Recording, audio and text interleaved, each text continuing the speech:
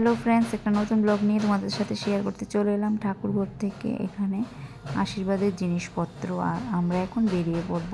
তো ফাইনালি দেখো আমার এক দেওরের আশীর্বাদ, এসে পড়েছি হোটেলে, বসে পড়েছে, ওর আশীর্বাদ শুরু হয়ে গেছে। ঠাকুরমশাই প্রথমে ওকে আশীর্বাদ করবে। আর এখানে দুপক্ষেরই আশীর্বাদ, মেয়ের পক্ষে ছেলে পক্ষ দুজনেরই। আমরাও এসেছি ছেলের পক্ষ থেকে আর মেয়ের পক্ষ থেকে অনেক লোক এসেছে।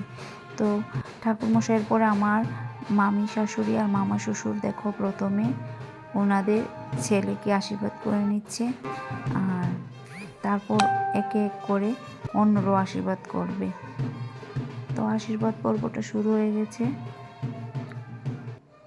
তো এখন এসেছে মানে আমার দেওরের যার সঙ্গে বিয়ে হবে ওর মা, ওকে দেখো আশীর্বাদ করে নিচ্ছে প্রথমে।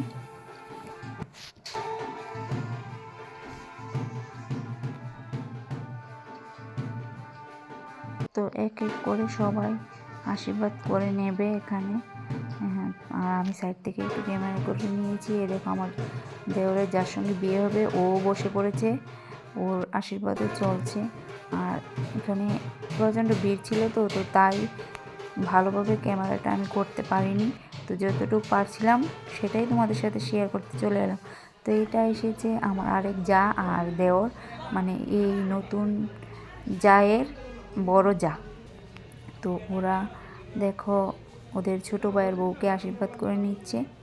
তো কেমন হলো ব্লগটা সবাই কমেন্ট করবে। তো সবাই ভালো থাকবে, সুস্থ থাকবে, টাটা।